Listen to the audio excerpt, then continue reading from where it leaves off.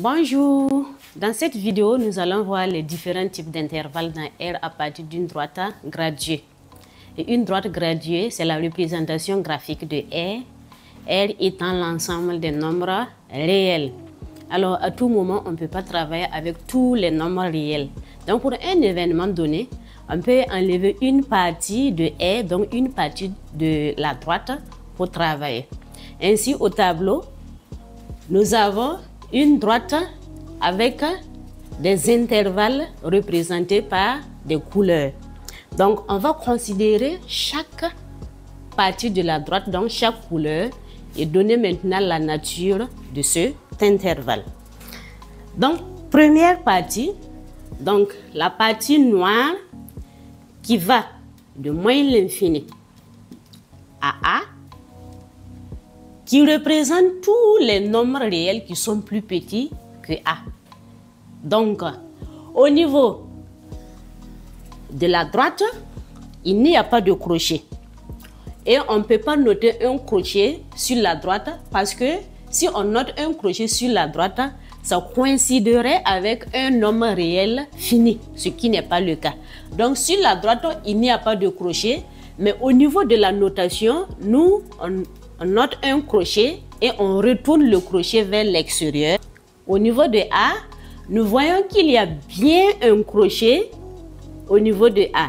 Et le crochet s'est retourné vers la partie noire. Donc, au niveau de la notation aussi, nous on fait pareil. On retourne notre crochet vers l'intérieur. Maintenant, dès que le crochet s'est retourné vers l'intérieur, cela a un sens. Cela signifie tout simplement que le réel A est inclus dans notre intervalle. Il fait partie de notre intervalle. Donc ici, on a le crochet qui s'est retourné vers l'intérieur. Donc on appelle cet intervalle fermé. Fermé parce qu'au niveau de A, le crochet s'est retourné vers l'intérieur. Maintenant, la deuxième partie, donc la partie bleue.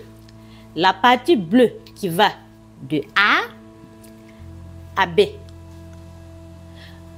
Cette partie représente tous les nombres compris entre A et B.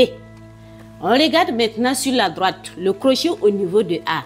Le crochet au niveau de A s'est retourné vers l'extérieur maintenant et non vers la partie bleue. Donc, au niveau de la notation aussi, nous on fait pareil. On note un crochet et on le retourne vers l'extérieur. Au niveau de B, le crochet également s'est retourné vers la partie rouge et non pas vers notre partie bleue. Donc, au niveau de la notation aussi, on fait pareil. On retourne le crochet vers l'extérieur. Donc, nous avons deux crochets qui se sont retournés vers l'extérieur. Donc, on obtient un intervalle ouvert. Maintenant, qu'est-ce que cela signifie, crochet retourné vers l'extérieur? On revient ici. Le crochet en A s'est retourné vers l'extérieur. Cela signifie tout simplement que A est exclu de notre intervalle. Il ne fait pas partie de la partie bleue. En B aussi, le crochet s'est retourné vers la partie rouge. Cela signifie tout simplement que B est exclu de notre intervalle. Il ne fait pas partie de notre intervalle. Troisième partie maintenant, c'est-à-dire la partie rouge. La partie rouge qui va de B à C. Cette partie rouge représente tous les réels qui sont compris entre A et entre B plutôt et C. Donc, on note B, C. On revient au niveau de la droite. On regarde le crochet en B. Le crochet en B s'est retourné vers la partie rouge. Donc, il regarde la partie rouge. Au niveau de la notation, on fait pareil. On retourne notre crochet vers l'intérieur. Au niveau de C, le crochet de C s'est retourné vers l'intérieur également. Donc, au niveau de la notation aussi, nous aussi on fait pareil. On retourne le crochet vers l'intérieur. Donc, le crochet retourné vers l'intérieur signifie tout simplement que la borne est inclus dans notre intervalle. Donc ici, B est inclus dans notre intervalle et C aussi est inclus dans notre intervalle. Donc on a deux crochets qui regardent l'intérieur, qui se sont retournés vers l'intérieur. Donc on obtient un intervalle qui est fermé. La dernière partie, donc la partie noire. Sur cette partie, on a le réel C jusqu'à plus l'infini. Alors, on regarde sur la droite. Le crochet en C s'est retourné vers la partie rouge. Ça veut dire quoi? Ça veut dire que C est exclu de la partie noire. C ne fait pas partie de notre intervalle. Donc, au niveau de la notation, on fait pareil. On retourne notre crochet vers l'extérieur. Maintenant, en plus l'infini. Sur la droite, nous voyons bien qu'il n'y a pas de crochet là-bas. Si on note un crochet, on tombera sur un nombre réel fini, ce qui n'est pas le cas.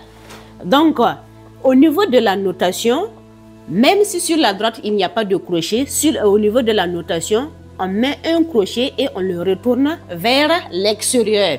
Donc, on a deux crochets qui se sont retournés vers l'extérieur, deux crochets ouverts. Donc, on obtient un intervalle qui est ouvert.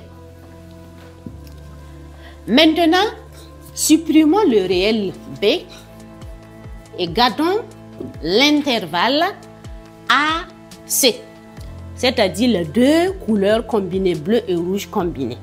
Donc, l'intervalle, la partie bleu-rouge qui va de A à C, on regarde sur la droite.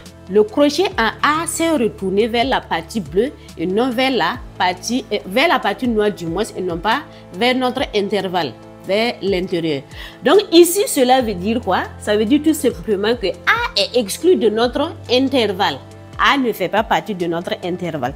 Donc au niveau de la notation aussi, on fait pareil.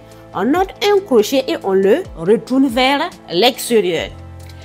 Maintenant, le crochet en C. Le crochet en C, on voit que le crochet s'est retourné vers l'intérieur de notre intervalle. Cela veut dire que C est inclus dans notre intervalle. Donc, au niveau de la notation, nous aussi, on retourne notre crochet vers l'intérieur pour montrer que C est inclus dans notre intervalle. Donc, nous voyons qu'on a un crochet qui est ouvert et l'autre crochet qui est fermé. Donc, on obtient un intervalle qui est semi-fermé ou encore intervalle semi-ouvert.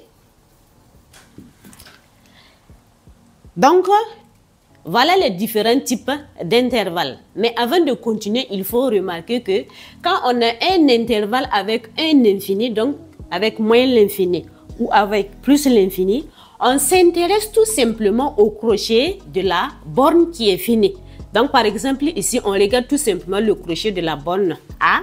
Et ici, on regarde tout simplement le crochet de la borne C. Si le crochet au niveau de la borne finie est fermé, on dit que c'est un intervalle fermé. Si le crochet au niveau de la borne finie est ouvert, on dit tout simplement que c'est un intervalle ouvert. L'infini, son crochet est toujours ouvert. Donc, c'est la borne finie qui détermine la nature de l'intervalle.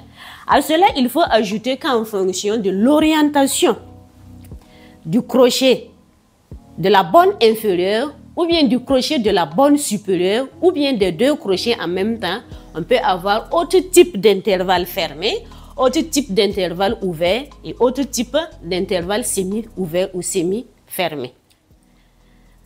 Donc, cette vidéo s'arrête là. On aura une deuxième vidéo où on va faire des exercices pour vous permettre de mieux vous familiariser avec les différents types d'intervalles. Merci bien et à bientôt.